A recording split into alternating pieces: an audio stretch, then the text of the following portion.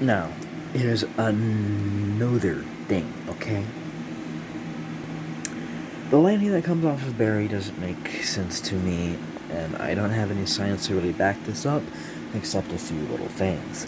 When you move quickly, the speed mirages that is created by him, the clones, as you will, if they're created just the same as you can see my hand in both of those places, because I'm moving it quickly. You can see them in both places as I'm moving it. That does not mean there should be lightning. In fact, no matter how fast you go, lightning wouldn't be created because lightning is a implosion of the air, I believe. As when it's created, the heat and the cold, when they implode together, which is the opposite of an explosion, they go inside, it shoots out like an explosion, creating the lightning, if I remember correctly. And so that doesn't make sense for lightning to come off of him because he's moving quickly. The molecule, atoms, whatever you want to call them, the particles in the air, they're sped up, they're in a excited state as he's moving, but that wouldn't create lightning.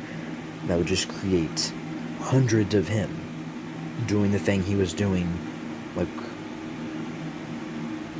half a millisecond ago. You know what I mean? Like,